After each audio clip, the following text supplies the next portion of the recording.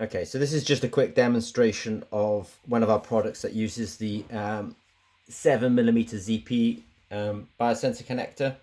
So this is the food sense box. This is one of our ceramic sensors. So they're the kind of hard type. These guys are 7mm in diameter. And then the sensor just kind of pushes in like that. It wasn't too hard.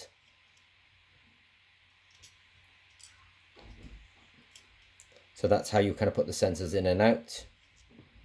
It also works with these PET guys.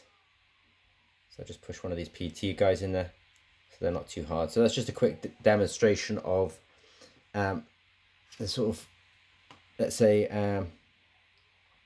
the mechanical resistance that you get when you're using these sensors.